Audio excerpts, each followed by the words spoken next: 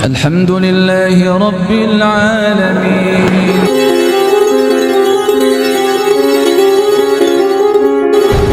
Apakah zahirnya kita berlayar di laut, apakah berdagang di pasar, apakah beraktivitas di kantor, zahirnya itu tetapi harus termaknai sebagai sedang menuntut ilmu. Sehingga yang terjadi apa? Yang jelas yang pertama hanyalah kebaikan-kebaikan dalam aktivitas itu. Yang kedua, akan mengambil pelajaran dari apapun yang dijumpai dalam sehari itu.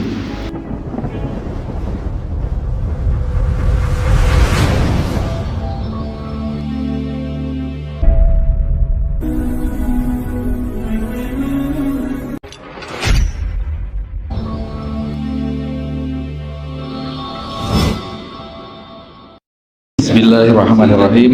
Assalamualaikum warahmatullahi wabarakatuh. Innal hamdalillah nahmaduhu wa nasta'inuhu wa nastaghfiruh wa na'udzu billahi min shururi anfusina wa min sayyiati a'malina. May yahdihillahu fala mudhillalah wa may yudlil fala hadiyalah. Asyhadu an la ilaha illallah wahdahu la syarikalah. Asyhadu anna Muhammadan abduhu wa rasuluhu la nabiyya ba'dah. Allahumma salli wa sallim wa barik ala Muhammadin wa ala alihi wa sahbihi wa mawalah. Ma'asyiral muslimin, jamaah salat subuh musalla Al-Hikmah Talkandang Situbondo serta segenap mustami atau penyimak dimanapun saat ini berada, rahimani wa rahimakumullah. Rasul Shallallahu Alaihi Wasallam mengajarkan satu pembelajaran kepada kita yang diaplikasikan dalam satu bentuk doa subuh, doa yang dibaca ketika pagi. Maka dalam rangkaian zikir pagi itu ada doa Allahumma inni as'aluka ilman nafi'a wa rizqan thayyiban wa amalan mutaqabbala. Ini hafal semua dan perlu dicak nih apa? Perlu dipahamkan dalam hati kita. Satu doa ini kita mengikuti petunjuk Nabi Shallallahu Alaihi Wasallam, tetapi sesungguhnya doa itu juga mengandung pembelajaran yang sangat besar bagi kita. Bahwasanya dalam sehari, kenapa ini dibaca subuh? Karena ini memulai suatu hari. Maka seseorang diajarkan oleh Nabi Shallallahu Alaihi Wasallam kita untuk berkomitmen dalam sehari ini nanti. Dalam sehari ini nanti yang diawali oleh waktu subuh ini, Allahumma inna nas'aluka, Allah sesungguhnya aku memohon kepadamu ilman nafi'a, ilmu yang bermanfaat. Artinya kegiatan sehari kita itu, apakah zahirnya kita mencangkul di sawah, apakah zahirnya kita berlayar di laut, apakah berdagang di pasar, apakah beraktivitas di kantor, zahirnya itu tetapi harus termaknai sebagai sedang menuntut ilmu. Sehingga yang terjadi apa? Yang jelas yang pertama hanyalah kebaikan-kebaikan dalam aktivitas itu. Yang kedua, akan mengambil pelajaran dari apapun yang dijumpai dalam sehari itu. Nah, ini maknanya bahwasanya kita memohon pada Allah ilmu yang bermanfaat dari kegiatan sehari kita nanti itu. Jadi tidak harus berarti sehari itu harus masuk bangku sekolah ke kelas kemudian jedudut belajar, tidak harus. Ini maknanya. Warizqan thayyiban, dan memohon kepada Allah agar dalam sehari ini nanti hanya mendapatkan rezeki yang baik. Baik itu maknanya yang halal, ya banyak, ya berkah itu. Jadi baik itu makanya bukan di sini warizqan halalan, tidak hanya parsial, tidak hanya warizqan halalan atau warizqan katsiran yang banyak, tidak, tetapi warizqan thayyiban, rezeki yang baik. Baik itu maknanya tadi itu, ya halal, ya banyak kalau bisa, tapi yang penting berkah itu. Sehingga kita dihindarkan oleh Allah Subhanahu wa taala. Sehingga apa? Komitmen kita dalam sehari itu nanti, kalaupun kita bermaisyah, berekonomi ataupun kita menjalani kegiatan apapun, karena yang dimaksud rezeki itu bukan hanya berupa uang, tetapi bisa berupa kebaikan-kebaikan, berupa semua kebaikan yang kita terima itu bisa bermakna rezeki yang baik, kesehatan yang baik, tidak usah tertimpa penyakit dalam sehari itu, kemudian keselamatan keluarga yang baik, harta benda selamat dari musibah, tidak usah hari itu nanti rumah sampai kebakaran, tidak usah hari itu nanti tabung gas, kompor gas meledak, tidak usah hari itu nanti anak-anak kita berangkat pulang sekolah harus kecelakaan. Ini maknanya adalah rezeki yang baik. Jadi tidak dibatasi rezeki yang baik itu hanya sebatas uang atau materi, tapi keutuhan, kesehatan, kesejahteraan, kenyamanan itu adalah juga merupakan rezeki. Dan itu kita upayakan dengan dipatik kesadaran oleh patik, bukan patiknya Madura ya Pak ya. Dengan Rasul memantik atau memantik dengan doa itu, memohon kepada Allah sekaligus menanamkan satu komitmen kepada kita agar sehari itu nanti kita akan hanya melakukan hal-hal sebagaimana yang kita mintakan kepada Allah Subhanahu wa taala, wa rizqan thayyiban wa amalan mutaqabbala. Dan perbuatan-perbuatan dalam sehari itu nanti mudah-mudahan Allah membimbing kita agar amaliyah, perbuatan-perbuatan semuanya bisa bernilai ibadah, yang ibadah itu ibadah yang Allah terima. Ingat, ibadah tidak hanya ritual mahdoh, tetapi juga semua kebaikan, juga termasuk ghairu mahdoh, yakni semua kebaikan yang tidak luput dari niat ikhlas karena Allah dan ihtisab, mengharapkan ridho, mengharapkan pahala dari Allah Subhanahu wa ta'ala. Ketika kita menyingkirkan duri dari jalan dengan tujuan ikhlas, karena ini ajaran Allah, karena ini perintah Allah, di mana Allah memerintahkan kita, baginda Nabi SAW juga menuntunkan kita khairun nas anfa'uhum linnas, sebaik-baik manusia yang bermanfaat bagi manusia yang lain. Maka saya ingin mengikuti ajaran Nabi, mengikuti ajaran Allah Subhanahu wa taala. Saya singkirkan duri ini dari jalan supaya orang lain tidak terkena, tidak kecocok atau tidak tertusuk duri. Ini ikhlas namanya. Urusannya langsung ke Allah Subhanahu wa taala dengan ihtisab. Semoga Allah ridho dengan apa yang saya lakukan dan Allah memberikan balasan pahala kebaikan kepada saya. Ini jadi nilai ibadah yang sangat besar. Sekedar menyingkirkan duri dari jalan, apalagi bekerja untuk mencari nafkah buat keluarga, apalagi hal-hal yang lebih besar dari semua hal yang lebih besar dari sekedar menyingkirkan duri dari jalan. Ini bisa bernilai ibadah semua. Maka dalam rangka kita ihtisab, dalam rangka kita muhasabah dana nafsahu, dalam rangka kita mengupayakan sebagai pribadi yang berkualitas, pribadi yang cerdas di hadapan Allah Subhanahu wa taala, maka yang pertama yang kita lakukan adalah dana nafsahu tadi, menghitung diri, menimbang-nimbang diri, apa-apa yang telah dan akan kita lakukan, apa-apa yang telah dan sebaiknya tidak kita lakukan, betul-betul dalam pertimbangan yang matang. Dengan landasan ajaran baginda Nabi tadi itu, kita dibimbing, diberikan rambu-rambu untuk 3 hal tadi, ilman nafi'a, rizqan thayyiban, wa amalan mutaqabbala. Yang kedua, orang yang cerdik oleh Nabi Shallallahu Alaihi Wasallam diberikan isyarah di sini, diberikan penjelasan, keterangan bahwasanya wa amila lima ba'dal maut, menjalankan perbuatan-perbuatan yang orientasinya adalah keuntungan setelah mati nanti.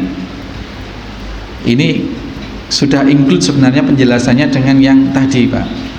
Ketika kita ngugemi atau kita memegang perkataan Nabi tadi untuk mengawali hari itu dengan 3 hal, kita mohon kepada Allah sekaligus kita berkomitmen untuk berupaya seperti itu, maka itulah aplikasi atau itulah pengejawantahan dari makna ya'mal, mengamalkan, atau amila lima ba'dal maut. Perlakuannya di dunia, tetapi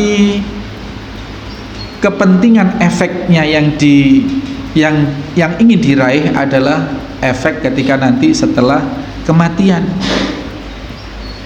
Satu hal Bapak Ibu sekalian, bahwa yang seperti ini tidak bisa kita tunda-tunda. Karena apa?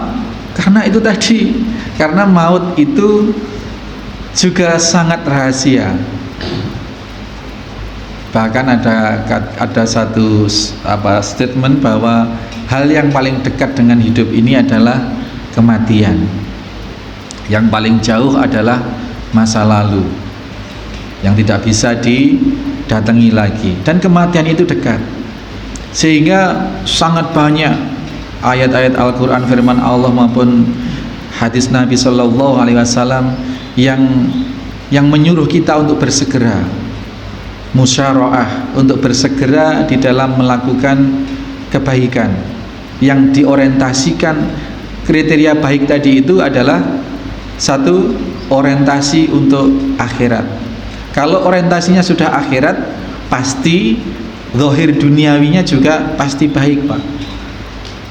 Ya. Kalau kita mengharapkan sama-sama kita kerja di kantor, sama-sama kita berdagang, kalau orientasinya akhirat, pasti kerja di kantornya, pasti perilaku dagang di pasarnya pasti akan baik, karena berorientasi tidak hanya memperoleh duniawi, tetapi orientasinya adalah agar memiliki kebaikan kelak di akhirat. Ini yang sering oleh orang diibaratkan, kalau nanam padi, rumput pasti ikut tumbuh. Tetapi kalau kita hanya nanam rumput, jangan mimpi, karena tidak mungkin. Jangan mimpi akan padi tumbuh. Sama-sama kita nanam, tapi yang kita tanam ini padi, kita dapat bonus rumput. Tetapi kalau yang kita tanam rumput, kita mustahil mendapatkan padi. Sama-sama kita berdagang di toko, di sawah, di pasar, sama-sama kita bekerja di sawah, sama-sama kita di laut atau di kantor. Kalau orientasi kita akhirat, pasti dunianya dapat. Minimal kalaupun tidak dapat banyak, itu dapat berkah. Keuntungannya mungkin tidak sampai 10 juta, 20 juta, mungkin 100-200 ribu atau lebih kecil dari itu. Tetapi qadarullah 100-200 ribu tadi itu, pulang ke rumah, keluarga tidak sakit, barang-barang kita aman, selamat, sehingga tidak harus membutuhkan biaya operasional yang lebih dari 200 ribu itu. Ini makna keberkahan. Kalau tidak berkah, meskipun punya untung hari itu 20 juta, tapi ternyata pulang, kemudian anaknya atau istrinya ternyata ada sesuatu sakit yang harus dibawa ke rumah sakit, harus ini, harus itu, yang budget atau biayanya melebihi dari 20 juta. Nah, ini makanya rezeki itu tidak hanya ansih, tidak hanya sesuatu yang kita terima, tapi keterhindaran dari musibah itu juga rezeki. 100 ribu cukup untuk satu hari, untuk makan satu hari, misalnya sekeluarga cukup, ya, karena berkah. Meskipun 5 juta, kalau tidak berkah, qadarullah kurang, karena harus ada biaya ini, biaya itu yang tidak terduga. Itu ya Bapak sekalian, orientasi akhirat. Jadi kita melakukan segala sesuatu, kalau orientasi kita sudah akhirat, maka pasti zahir duniawinya juga akan memperoleh kebaikan. Ini golongan pertama yang Rasul Shallallahu Alaihi Wasallam sampaikan dalam hadis ini. Kemudian ada golongan yang kedua. Golongan pertama tadi adalah al-kaitsu, orang yang cerdik, orang yang cerdas, orang yang berkualitas. Sekarang wal ajiz. Jadi ada al-kaits, ada al-ajiz, bukan aziz. Kalau aziz itu perkasa, perkasa, gagah. Aziz pakai zat, pakai apa? Zain, pakai za. Kalau ini pakai jim, ajiz. Wal ajizu man atba'a nafsahu hawaha. Orang yang hina, orang yang tidak berkualitas, orang yang pecundang, ini maknanya negatif. Wal ajiz ini adalah man atba'a nafsahu hawaha, orang yang mengikuti kehendak atau mengikuti kata hawa nafsunya. Oh, ini hawa nafsu ini sesuatu yang liar, Pak, sebenarnya. Kalau kita perturutkan ya kita nabrak-nabrak. Ya, dalam surat Yusuf itu dikatakan bahwasanya nafsu itu dikatakan bahwasanya cenderung mengajak kepada kejahatan. Ya. Cenderung mengajak kepada kejahatan. Jadi inna nafsa la amaratu bisu. Sungguhnya nafsu itu cenderung menggeret kita, menggeret pemiliknya ke dalam kejahatan. Dalam perumpamaan yang lain, nafsu itu sebagaimana anak kecil, Pak. Anak kecil itu ya mulai bayi disusui ibunya. Itu sampai 2 tahun, 3 tahun kalau tidak disapih wis yakin ya ndak akan nyusu, terus akan nyusu. Maka harus disapih. Nafsu juga seperti itu. Nafsu yang cenderung la amara bisu tadi itu, cenderung memerintahkan untuk berbuat kejahatan tadi itu, kalau diperturutkan ya akan jahat betul kita. Akan jahat, akan sesat dan seterusnya. Maka hawa nafsu itu harus dikendalikan, harus dikekang, harus dihalau. Dan begitu, hawa nafsu itu harus dihalau. Nah, orang yang pecundang, orang yang hina, kebalikan dari orang yang cerdas, yang cerdik, yang berkualitas tadi itu adalah dia senantiasa atba'a, senantiasa mengikuti, memperturutkan an-nafsahu hawaha, hawa nafsunya.